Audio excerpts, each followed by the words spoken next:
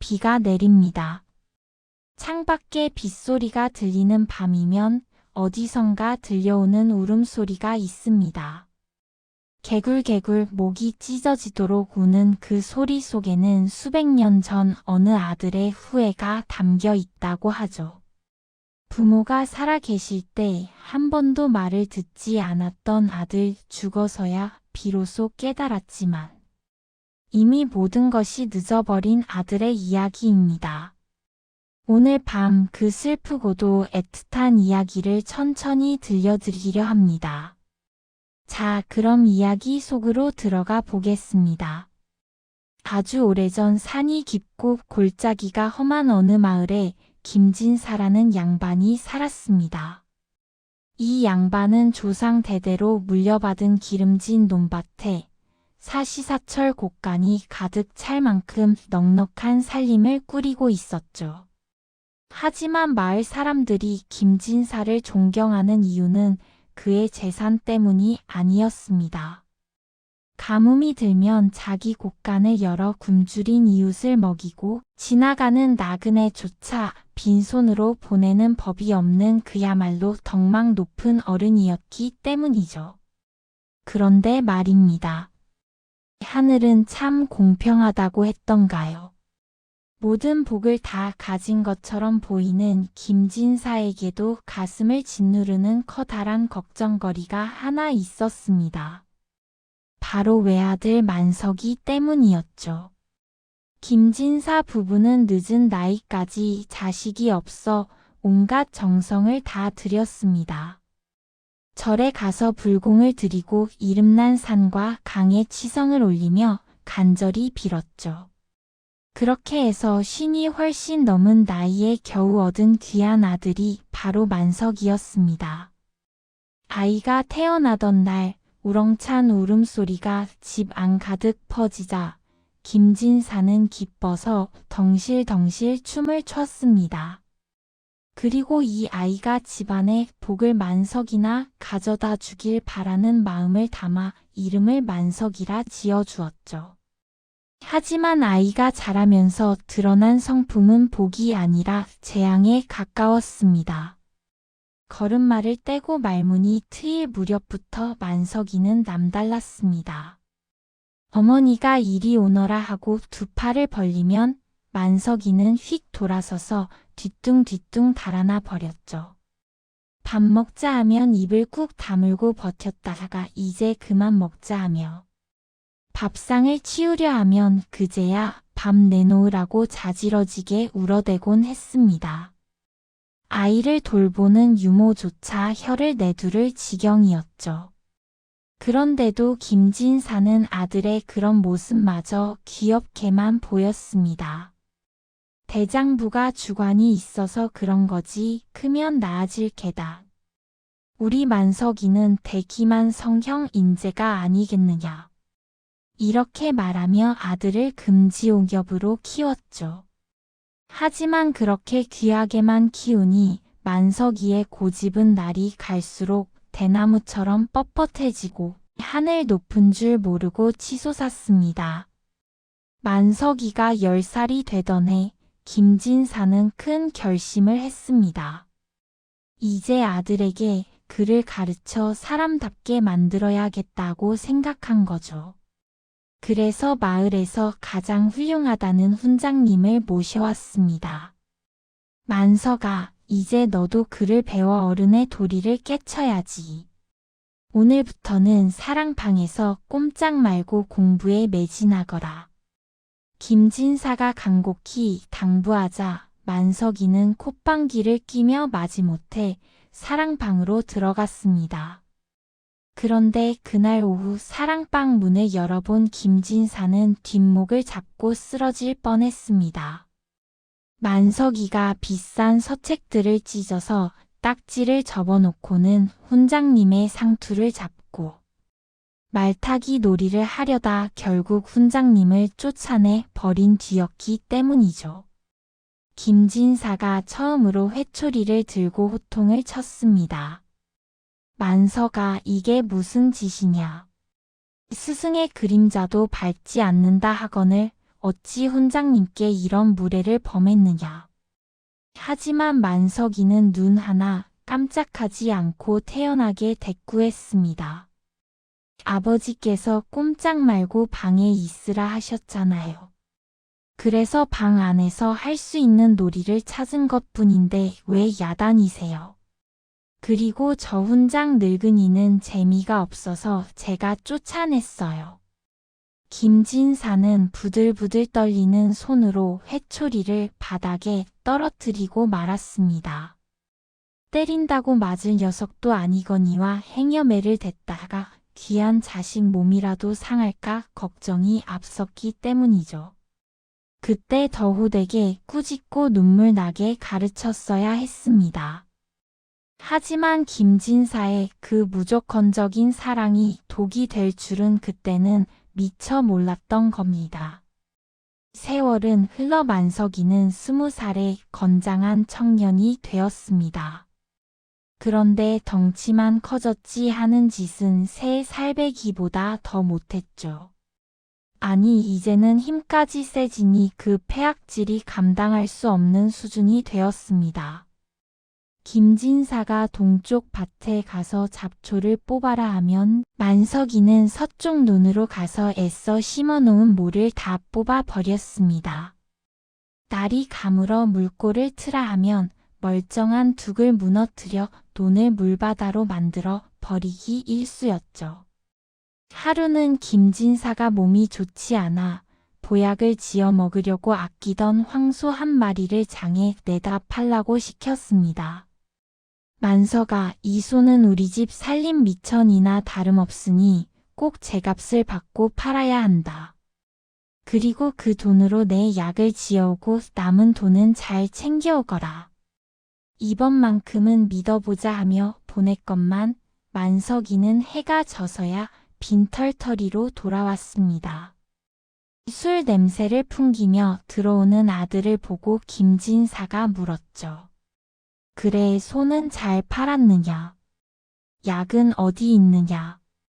만석이는 시큰둥하게 대답했습니다. 소요? 아, 장터에 가니까 어떤 사람이 소꼬리가 짧다고 타박을 하길래 그냥 헐값에 넘겨버렸어요. 그리고 오는 길에 목이 말라서 주막에 들렀는데 술맛이 어찌나 좋던지 친구들 술값까지 제가 다 내고 왔죠. 아버지는 부자시니까 소 한 마리 없어도 잘 사시지 않겠어요. 하하. 김진사는 억장이 무너지는 것 같았습니다. 돈이 아까워서가 아니었죠. 아버지의 병을 고칠 약조차 술로 바꿔 마셔버리는 아들의 그 무심함과 비정함이 가슴에 비수가 되어 꽂혔던 겁니다. 김진사는 그날 밤 끙끙 앓으며 피를 토하듯 기침을 해댔습니다. 하지만 옆방의 만석이는 아버지의 기침 소리가 시끄럽다며 문을 쾅 닫고는 코를 골며 자버렸죠. 마을 사람들은 뒤에서 수군거렸습니다. 김진사네는 자식 농사가 흉작도 저런 흉작이 없어. 저런 망나니를 둔 김진사 양반이 불쌍해 죽겠네. 저러다 제명에 못 죽을 거야. 그렇게 어느 추운 겨울날이 찾아왔습니다. 김진사는 마음의 병이 깊어져 결국 자리에 눕고 말았죠. 입맛이 뚝 떨어져 며칠째 아무것도 먹지 못했고 그저 따뜻한 미음 한 그릇이 간절했습니다. 하인들도 다 내보내고 집에 남은 건 아들 만석이뿐이었습니다. 김진사는 힘겨운 목소리로 아들을 불렀죠. 만석아, 내가 기운이 없어서 그러니 부엌에 가서 미음 한 사발만 끓여다오. 물을 많이 붓고 쌀이 푹 퍼지게 끓이면 된다. 평소 같으면 들은 척도 안 했을 만석이었지만 웬일인지 부엌으로 들어갔습니다. 김진사는 누워서 생각했습니다. 그래도 천류는 어쩌지 못하는가 보구나. 아버지가 누워있으니 철이 들려나 보다. 고소한 냄새가 방 안으로 들어오기를 기다렸죠. 한참 뒤 만석이가 밥상을 들고 들어왔습니다. 그런데 밥상 위에 놓인 것은 부드러운 미음이 아니라 시커멓게 탄 밥덩어리였습니다. 물을 많이 부으라 했더니 물은 한 방울도 붓지 않고 생쌀을 볶다가 태워버린 거였고, 푹 퍼지게 하라 했더니 센 불에 겉만 홀라당 태운 거였죠. 김진사가 힘없이 말했습니다. 아이고 만석아, 미음을 끓여오라지 않았느냐. 이건 숯덩이가 아니냐. 그러자 만석이는 숟가락을 팽개치며 소리를 질렀습니다. 해줘도 난리시네요. 정성껏 불 피워서 요리했더니 숯덩이라뇨. 먹기 싫으면 관두세요. 저는 친구들이랑 닭 잡아 먹으러 갈 테니까. 만석이는 밥상을 발로 툭 차버리고는 횡하니 밖으로 나가버렸습니다. 엎어진 밥상에서 굴러떨어진 탄 밥들이 방바닥에 흩어졌습니다. 김진사는 떨리는 손으로 그 밥알들을 주워 모았죠. 뜨거운 눈물이 주름진 볼을 타고 흘러내려 손등을 적셨습니다. 내가 전생에 무슨 죄를 지어 저런 녀석을 낳았고 내 탓이요 오냐오냐 키운 내 탓이요. 김진사는 차라리 죽는 게 편하겠다 싶을 만큼 가슴이 미어지는 고통을 느꼈습니다. 그날 이후 김진사의 병세는 급격히 악화되었습니다. 백약이 무효했고 용하다는 의원들도 고개를 저으며 돌아갔죠. 병의 원인은 몸에 있는 것이 아니라 마음에 있었으니 약으로 고칠 수 있는 것이 아니었습니다. 김진사는 이제 자리에 앉아 있기도 힘들 만큼 쇠약해졌죠. 창호지 문 너머로 들려오는 만석이의 고성방가 소리는 김진사의 생명을 갉아먹는 톱질 소리와도 같았습니다. 죽음의 그림자가 문지방을 넘어오던 어느 비 오는 밤, 김진사는 감기지 않는 눈을 부릅뜨고 천장을 바라보았습니다. 이제 떠날 때가 되었음을 직감한 거죠.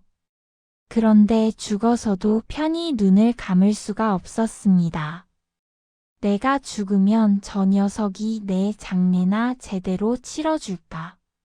조상님들 뵙기 부끄러워 어찌 저승으로 갈까? 무엇보다 가장 큰 걱정은 묘자리였습니다. 김진사는 평소 양지 바른 산 기슭에 묻혀 살아서 보지 못한 평화를 죽어서라도 누리고 싶었습니다. 비가 오면 물이 잘 빠지고 햇볕이 따뜻하게 내리쬐는 그곳에 말이죠. 하지만 평생 자기 말을 거역하고 반대로만 해온 만석이에게 산에 묻어달라고 유언을 남기면 필시 저 청개구리 신보가 발동하여 엉뚱한 곳에 묻을 것이 뻔했습니다. 김진사의 머릿속에 마을 앞냇가가 떠올랐습니다. 비만 오면 물이 불어 넘치고 땅이 질척거려 짐승들도 피하는 그 모래밭. 산에 묻어달라 하면 냇가에 묻을 것이고 냇가에 묻어달라 하면 산에 묻겠지. 김진사는 뼈만 남은 앙상한 손으로 이불을 꼭 쥐었습니다. 죽음을 목전에 둔 아버지가 자식의 불효를 이용하여 유언을 꾸며내야 하는 이 기막힌 상황. 김진사는 피를 토하는 심정으로 마지막 결단을 내렸습니다. 그리고는 가쁜 숨을 몰아쉬며 밖에서 놀고 있을 만석이를 불렀죠. 만석아, 만석아, 내 너에게 마지막으로 할 말이 있으니 어서 들어오너라. 그 목소리는 마치 다 타버린 촛불의 마지막 연기처럼 가늘고 애처로웠습니다. 하지만 이 순간까지도 만석이는 아버지가 남길 마지막 당부가 자신에게 어떤 비극의 씨앗이 될지 꿈에도 모르고 있었죠. 밖에는 추적추적 느까을 비가 내리고 있었습니다. 앙상한 나뭇가지들이 바람에 흔들리며 창호지 문을 긁어대어 방 안을 더욱 스산하게 만들었죠. 김진사는 가쁜 숨을 몰아쉬며 방문을 하염없이 바라보았습니다. 아들이 들어오기만을 기다리는 그 짧은 시간이 천년 만년처럼 길게 느껴졌습니다. 문이 덜컥 열리며 찬 바람과 함께 만석이가 들어왔습니다. 술기운은 조금 가셨는지 모르겠으나 여전히 퉁명스럽고 귀찮아하는 기색이 역력했죠. 아버지, 또 왜 부르세요? 아까 미음 끓여오라 해서 끓여다 드렸잖아요. 몸도 안 좋으시다면서 잠이나 주무시지 왜 자꾸 사람을 오라 가라 하세요. 만석이는 털썩 주저앉으며 투덜거렸습니다. 하지만 아버지의 눈빛이 평소와 다르다는 것을 둔한 만석이도 느꼈는지 슬그머니 말꼬리를 흐렸습니다. 김진사의 눈은 퀭하게 들어갔지만 그 안에서 마지막 생명의 불꽃이 이글거리고 있었죠. 그것은 분노가 아니었습니다. 자식에 대한 애끄는 연민과 마지막 가르침을 주려는 비장함이었습니다. 김진사는 떨리는 손을 뻗어 만석이의 거친 손을 잡으려 했습니다.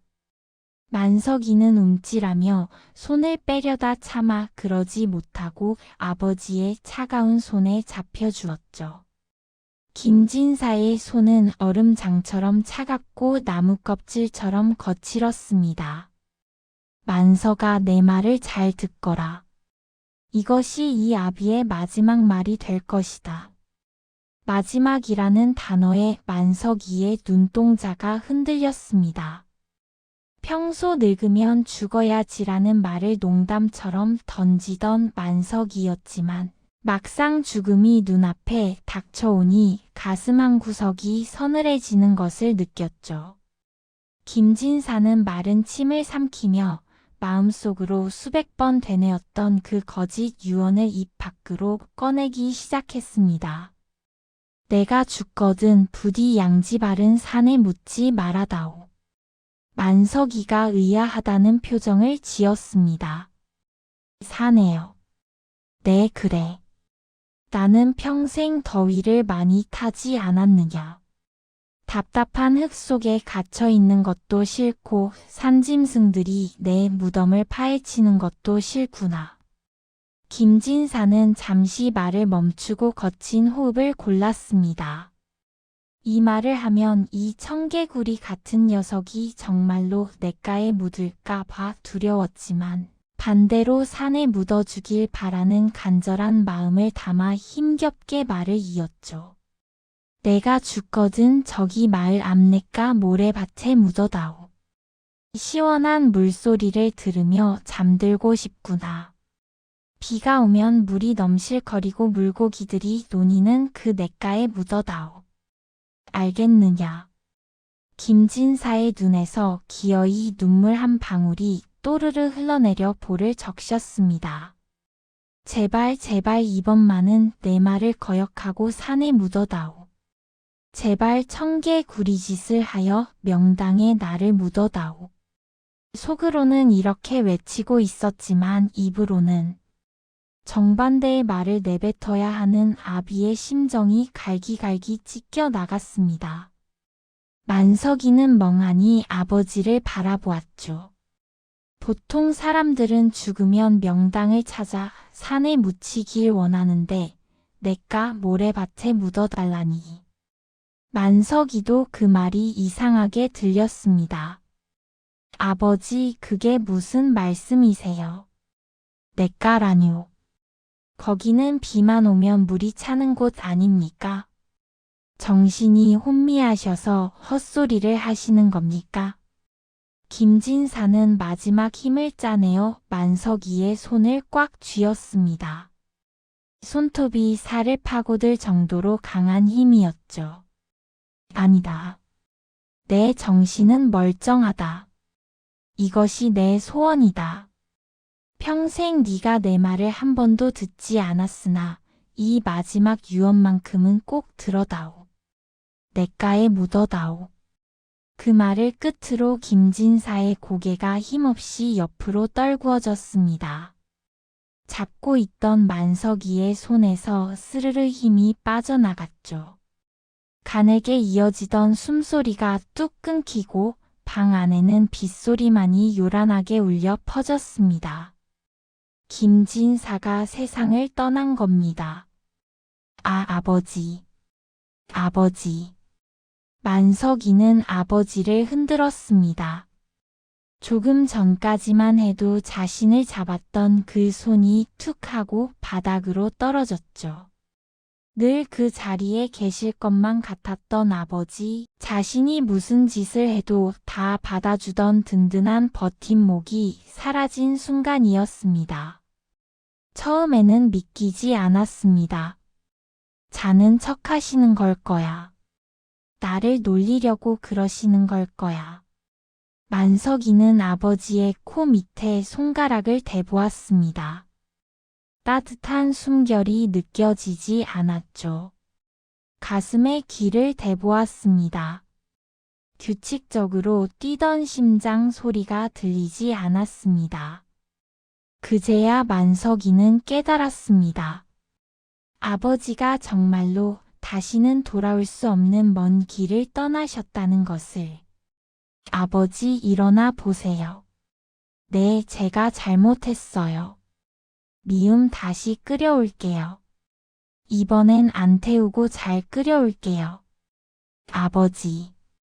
만석이의 목소리가 점점 커지더니 이내 울부짖음으로 변했습니다. 지난날의 기억들이 주마등처럼 스쳐 지나갔죠. 추운 날 아궁이에 찬물을 끼얹어 아버지를 떨게 했던 일, 약값을 술값으로 날려버리고 빈손으로 돌아왔던 일, 잡수실 미음을 숫덩이로 만들어 발로 차버렸던 일.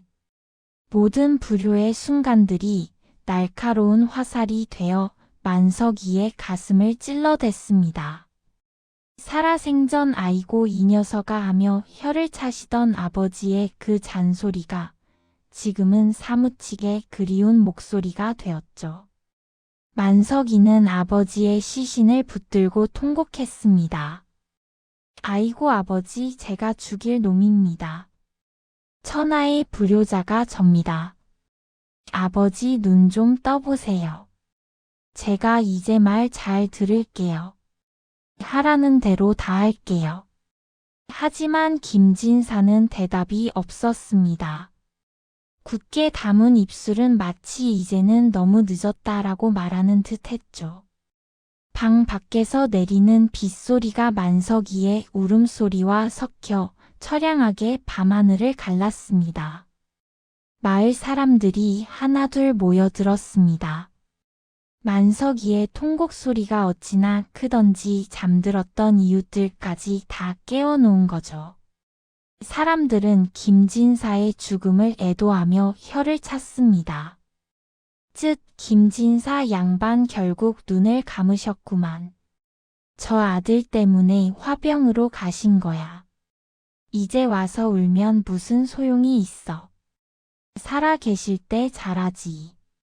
사람들의 수근거림이 만석이의 귀에 쏙쏙 박혔습니다. 평소라면 남의 일에 신경 끄라고 소리를 질렀을 만석이지만 지금은 그 말들이 하나하나 맞는 말이라 대꾸할 힘조차 없었죠. 모두 자신의 죄였습니다. 자신이 아버지를 죽음으로 몰아넣은 것이나 다름없었습니다. 장례 준비가 시작되었습니다. 만석이는 상복을 입고 빈소를 지켰죠. 평소 술만 마시고 놀러 다니던 만석이의 모습은 온데간데 없었습니다. 눈은 퉁퉁 부어오르고 목은 쉬어 터졌으며 고기를 끊고 멍하니 아버지의 영정만 바라보았죠. 영정 속에 김진사는 인자하게 웃고 있었습니다. 만석이는 그 웃음을 바로 볼 수가 없어 고개를 숙였습니다. 아버지는 나를 끝까지 믿으셨는데 마지막 유언조차 들어달라고 애원하셨는데 나는 대체 무슨 짓을 한 것인가. 그러다 문득 아버지의 마지막 유언이 떠올랐습니다. 냇가에 묻어다오.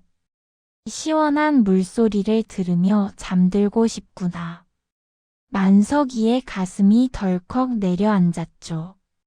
평소 같으면 내게는 무슨 산에다 묻어야지 하고 반대로 했을 겁니다. 하지만 지금 이 순간 만석이의 마음속에는 거대한 죄책감이 자리 잡고 있었죠. 평생 아버지가 하라는 것은 죽어라 안 하고 하지 말라는 것만 골라서 했던 지난 날들. 내가 아버지의 말씀을 한 번이라도 제대로 들은 적이 있었던가. 만석이는 주먹으로 자신의 가슴을 내리쳤습니다. 아니다. 한 번도 없었다. 나는 정말 짐승만도 못한 놈이었다. 그러자 묘한 결심이 서기 시작했죠. 마지막이다. 이것이 아버지께 해드릴 수 있는 마지막 효도다. 평생 말씀을 거역했으니 이 마지막 유언만큼은 그 말씀만큼은 토시 하나 틀리지 않고 그대로 따르기라. 이것이 얼마나 무서운 결심인지 만석이는 알지 못했습니다.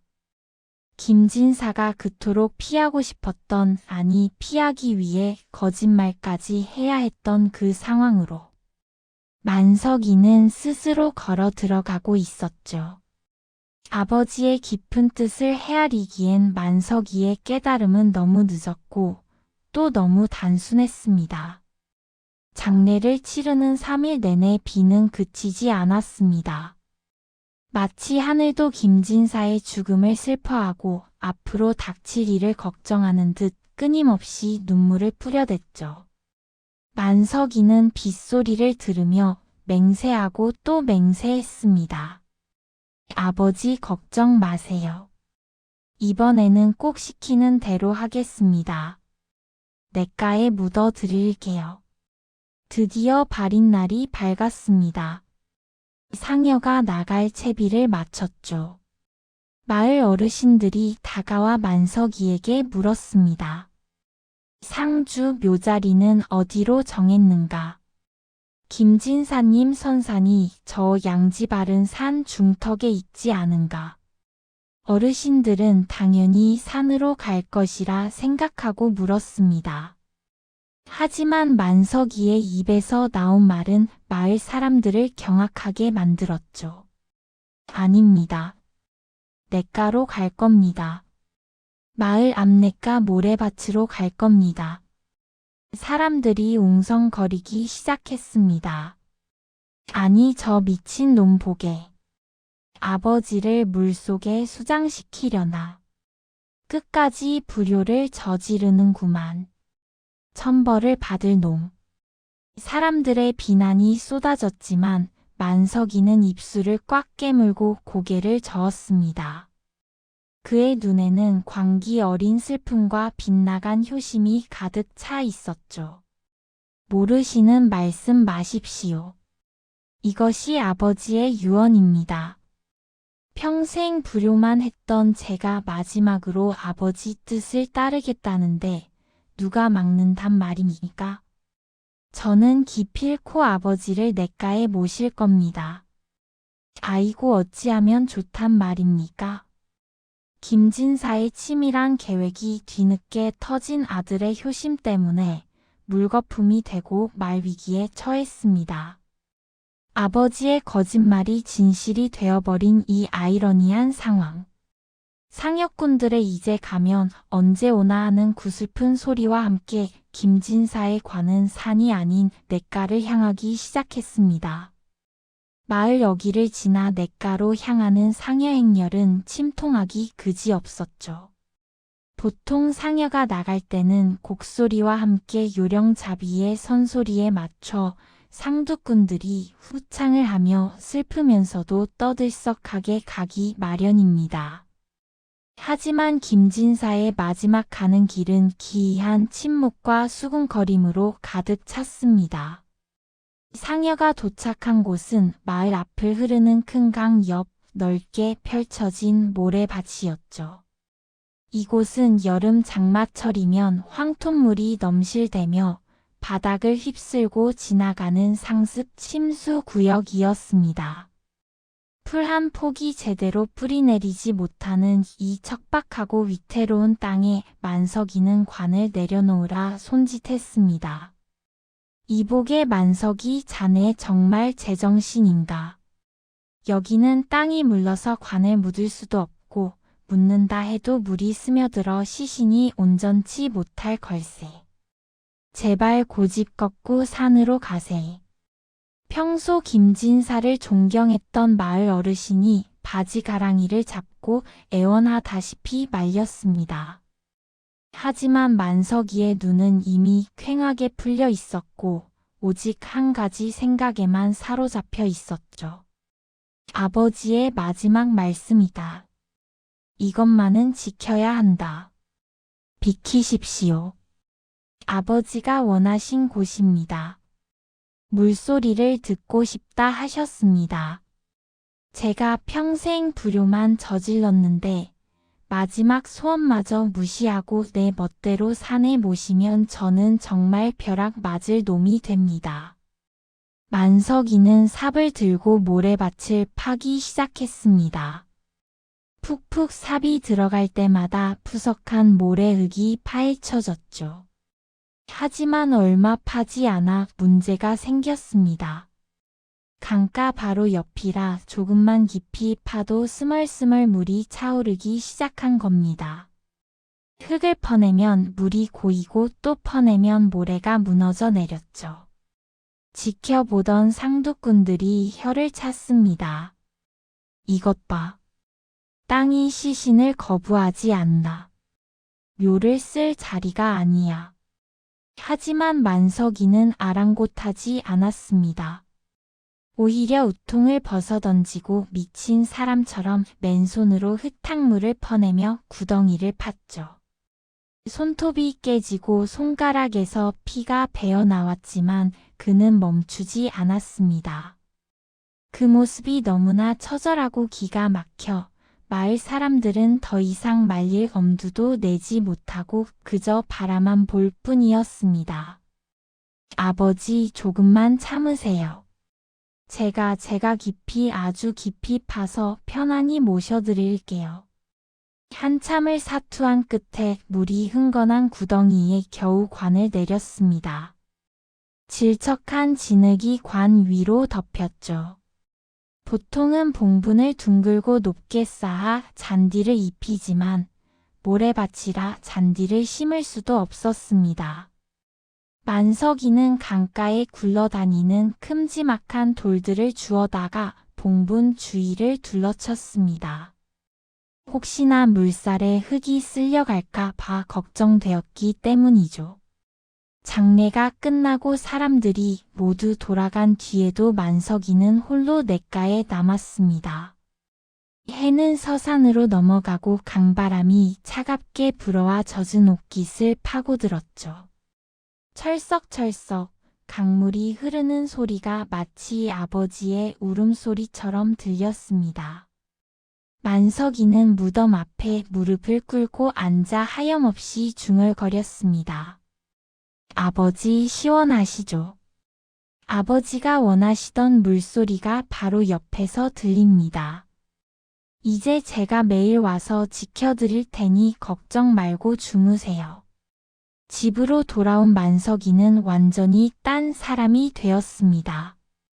그 좋아하던 술도 입에 대지 않았고 친구들이 놀자고 찾아와도 문전박대했죠. 집 안 곳곳에 아버지의 손때가 묻어 있었습니다. 마당 한 구석에 놓인 지게, 대청마루에 놓인 곰방대, 그리고 아버지가 누워 계시던 그 자리의 이불까지. 만석이는 아버지가 쓰시던 물건들을 어루만지며 하루하루를 눈물로 보냈습니다.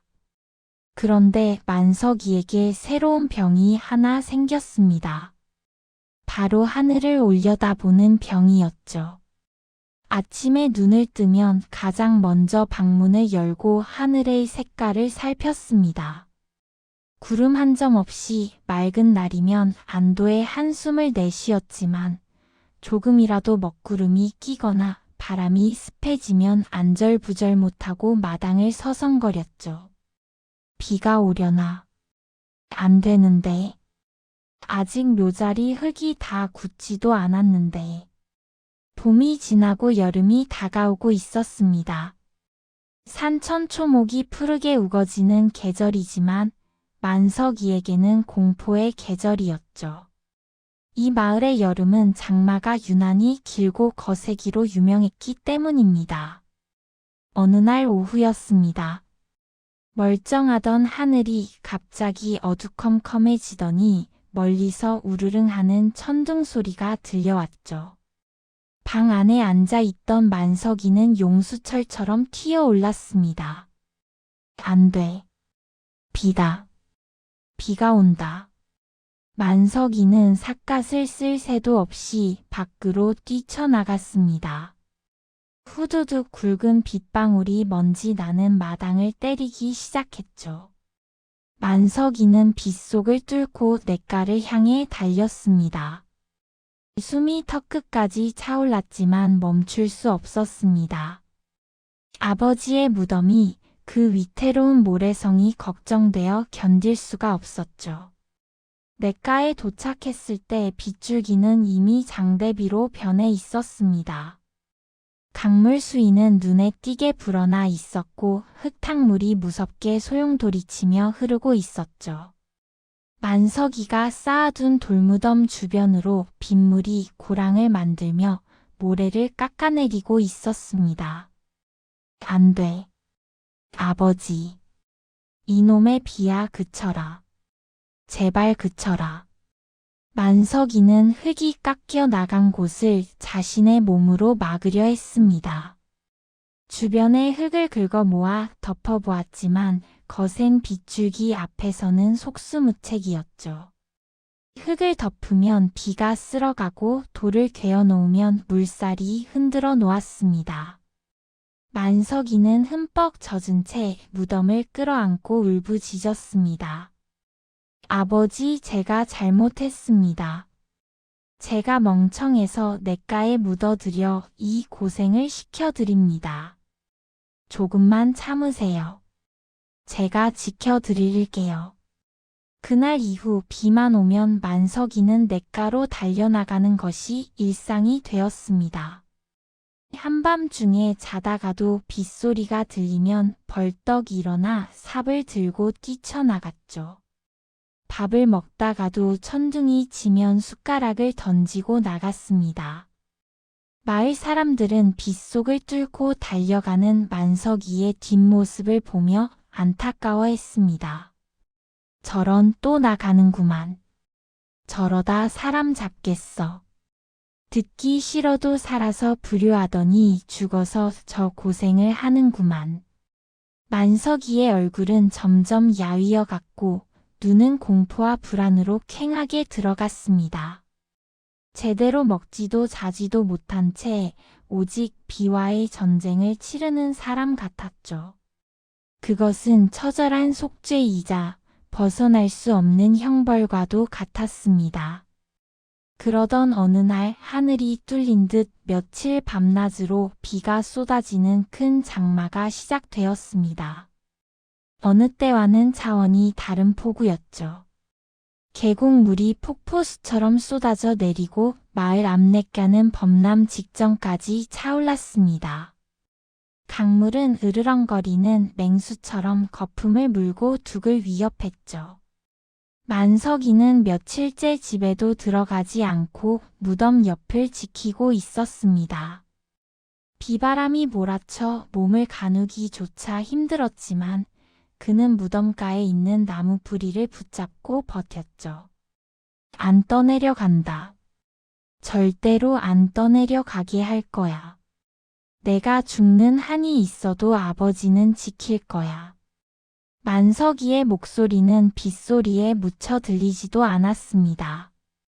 점점 불어나는 강물은 이제 무덤의 밑자락까지 핥고 지나갔습니다. 시커먼 강물이 날름거리며 아버지의 관이 묻힌 곳을 탐욕스럽게 노리고 있었죠. 만석이는 삽으로 둑을 쌓고 또 쌓았지만 거대한 자연의 힘 앞에서 인간의 힘은 너무나 미약했습니다. 바로 그때였습니다. 상류 쪽에서 콰르릉하는 굉음과 함께 집채만 한 물살이 덮쳐왔습니다. 둑이 터지는 소리가 들리고 냇가 수위가 순식간에 높아졌죠. 만석이의 눈이 공포로 크게 확장되었습니다. 아버지 안 돼. 거대한 물살이 기어이 김진사의 무덤을 덮치려 하고 있었습니다. 만석이는 무덤 위로 몸을 날렸습니다. 자신의 몸으로라도 물길을 막아보려는 처절한 몸부림이었죠. 천지를 뒤흔드는 천둥 소리와 함께 거대한 흙탕물이 마치 성난 용처럼 굽이치며 둑을 넘어섰습니다. 만석이는 안 되라고 비명을 질렀지만 자연의 거대한 힘 앞에서 인간의 목소리는 너무나 미약했죠. 순식간에 들이닥친 물살은 만석이가 그토록 애지중지 쌓아 올렸던 돌담을 종이장처럼 무너뜨렸습니다. 돌들이 힘없이 굴러떨어지고 그 속에 덮여있던 흙들이 붉은 강물 속으로 허무하게 녹아들었죠. 아버지 안 됩니다. 제가 잘못했습니다. 제발. 만석이는 미친 사람처럼 흙탕물 속으로 뛰어들었습니다. 무덤이 있던 자리를 몸으로 덮쳐 쓸려가는 흙을 두 팔로 끌어안으려 했죠. 하지만 손에 잡히는 것은 미끄러운 진흙과 차가운 물뿐이었습니다. 아무리 긁어모아도 손가락 사이로 아버지의 무덤은 속절없이 빠져나갔습니다. 이내 거센 물살이 무덤의 깊은 곳까지 파고들었죠. 그리고 마침내 묻혀있던 관의 일부가 드러나는가 싶더니 우직하는 소리와 함께 땅에서 떨어져 나와 강물 위로 둥둥 떠오르고 말았습니다. 냇가 모래밭은 애초에 관을 붙잡아 둘 힘이 없었던 겁니다. 아버지 가지 마세요. 아버지. 만석이는 떠내려가는 관을 잡으려고 물속에서 허우적거렸습니다. 물이 가슴까지 차올라 숨을 쉬기조차 힘들었지만 그는 두려움을 느낄 겨를도 없었죠. 오직 저 관을 놓치면 자신은 영원히 씻을 수 없는 죄인이 된다는 생각뿐이었습니다. 만석이는 물을 잔뜩 들이키면서도 팔을 뻗어 관을 향해 나아갔습니다.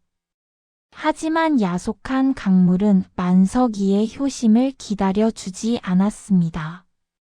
관은 거센 물살을 타고 뱅그르 돌더니 순식간에 저 멀리 하류 쪽으로 휩쓸려 내려갔습니다. 어두운 밤 빗줄기 사이로 아버지의 관이 점처럼 작아지더니 이내 시야에서 완전히 사라져버렸죠.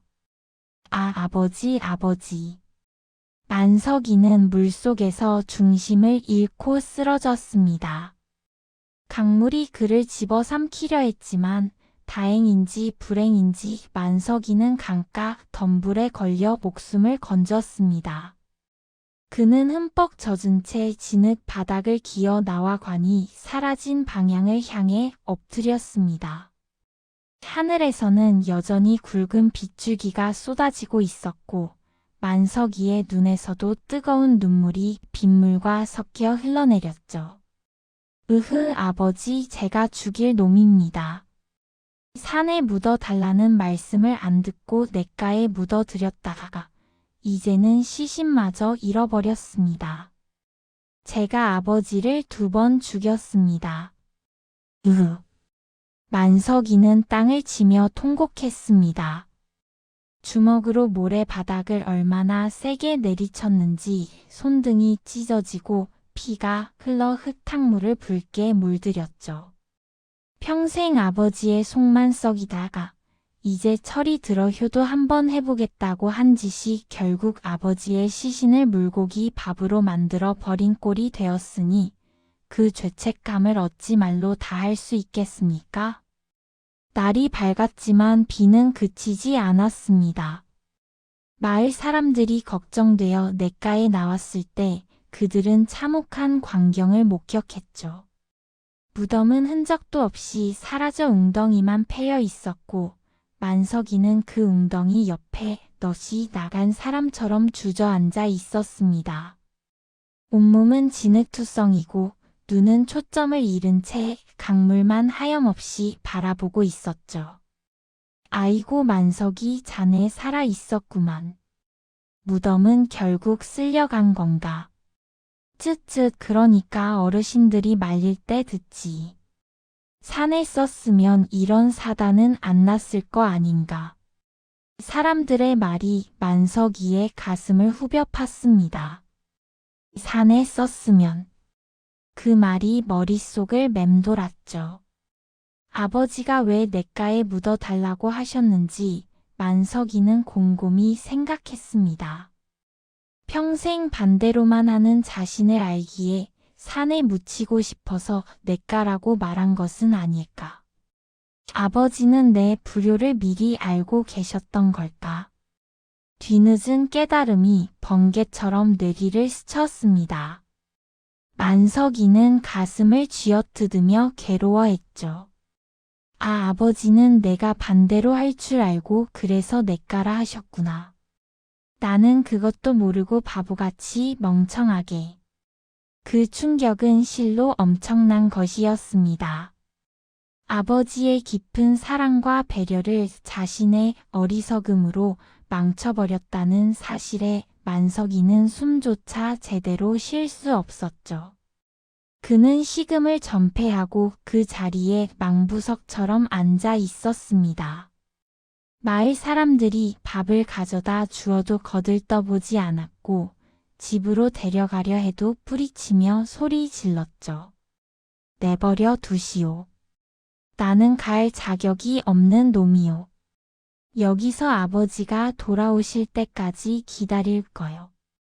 만석이는 비를 맞으며 밤낮으로 강물을 향해 빌고 또 빌었습니다. 용왕님, 제발 우리 아버지 좀 돌려주세요. 아버지, 제가 잘못했습니다. 제발 한 번만 용서해 주세요. 목소리는 쉬어 터져 새소리가 났고 몸은 피골이 상접해 갔죠. 비가 그치고 해가 쨍쨍한 날에도 만석이는 냇가를 떠나지 않았습니다. 혹시나 비가 또 와서 자신이 서 있는 이 자리마저 쓸려갈까 봐 두려웠기 때문이죠. 사람들은 이제 만석이를 보며 혀를 차는 것을 넘어 두려움과 안타까움을 느꼈습니다. 인간의 꼴이 아니었기 때문입니다. 머리는 산발이 되고 옷은 누더기가 되었으며 눈빛은 광기로 번들거렸죠. 그렇게 며칠이 지났을까요? 다시 하늘에 먹구름이 끼고 비가 내리기 시작했습니다. 기력을 잃고 쓰러져 있던 만석이가 빗소리에 움찔하며 눈을 떴죠.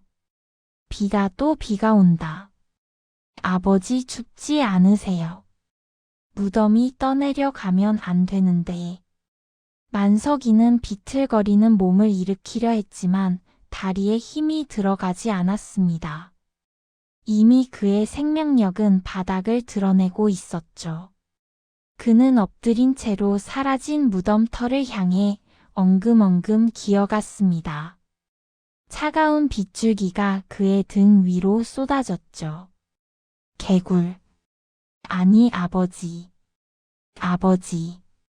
그의 입에서 나온 소리는 사람의 말이 아니었습니다. 너무 많이 울어 목이 상한 탓인지 아니면 죄책감이 그를 다른 존재로 만들어 버린 것인지 그의 목소리는 점점 기이한 울음소리로 변해가고 있었습니다. 만석이의 시야가 점점 흐릿해졌습니다. 흐르는 강물 위로 아버지의 환영이 보이는 듯 했죠. 인자하게 웃으며 손짓하는 아버지의 모습. 만석이는 그 환영을 잡으려 손을 뻗었습니다. 아버지, 이제는 말 잘 들을게요. 비가 와도 제가 지킬게요. 그 말을 끝으로 만석이의 고개가 흙바닥에 힘없이 떨구어졌습니다. 거센 빗소리에 묻혀 그의 마지막 숨소리는 아무도 듣지 못했죠. 평생 불효만 저지르다 죽어서야 비로소 아버지의 곁을 지키게 된 아들. 그의 죽음은 너무나도 쓸쓸하고 초라했습니다. 만석이의 몸은 차갑게 식어갔지만 하늘은 슬픔을 토해내듯 더욱 거세게 비를 뿌렸습니다. 잠시 후 기이한 일이 벌어졌습니다. 만석이가 쓰러진 그 자리에 푸르스름한 기운이 감돌기 시작한 거죠. 죽은 만석이의 영혼이 육신을 빠져나와 무언가 간절한 소망을 품고 변화를 시작한 겁니다. 아직도 못다 한 효도를 하기 위해 그는 인간의 삶을 마감하고도 이승을 떠나지 못하고 있었습니다. 빗줄기 속에서 만석이의 시신 위로 작은 생명체 하나가 꿈틀거렸습니다. 그것은 바로 등을 구부리고 슬픈 눈을 가진 조그마한 초록색 개구리였죠. 밤새 내리던 비가 그치고 다음날 아침이 밝았습니다. 거칠게 휘몰아치던 강물도 조금은 잠잠해졌고 구름 사이로 희미한 햇살이 비추기 시작했죠. 마을 사람들은 만석이가 걱정되어 하나둘 냇가에 모여들었습니다. 어제까지만 해도 미친 사람처럼 울부짖으며 땅을 치던 만석이의 모습이 눈에 밝혔기 때문이죠. 하지만 무덤이 쓸려나간 그 휑한 웅덩이 옆에는 만석이의 모습이 보이지 않았습니다. 그가 입고 있던 너덜너덜해진 삼배옷 조각만이 진흙 속에 파묻혀 있을 뿐 만석이는 온데간데 없이 사라져버린 거죠. 아니, 만석이가 어디 갔지? 설마 물에 휩쓸려 떠내려간 건가? 그럴지도 모르네. 어제 그 난리를 쳤으니 기력이 다해 강물에 빠진 거야. 쯧쯧, 불쌍한 놈. 사람들은 혀를 차며 만석이의 죽음을 짐작했습니다. 아비의 시신도 잃어버리고 자신마저 강물에 휩쓸려 갔으니 이보다 더 비참한 최후가 어디 있겠습니까? 사람들이 안타까움에 고개를 떨구고 있을 때였습니다. 어디선가 조그마한 인기척이 느껴졌죠.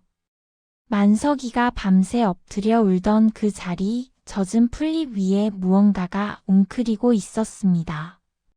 그것은 사람의 주먹만 한 크기의 등은 파릇하고 배는 하얀 작은 짐승이었습니다.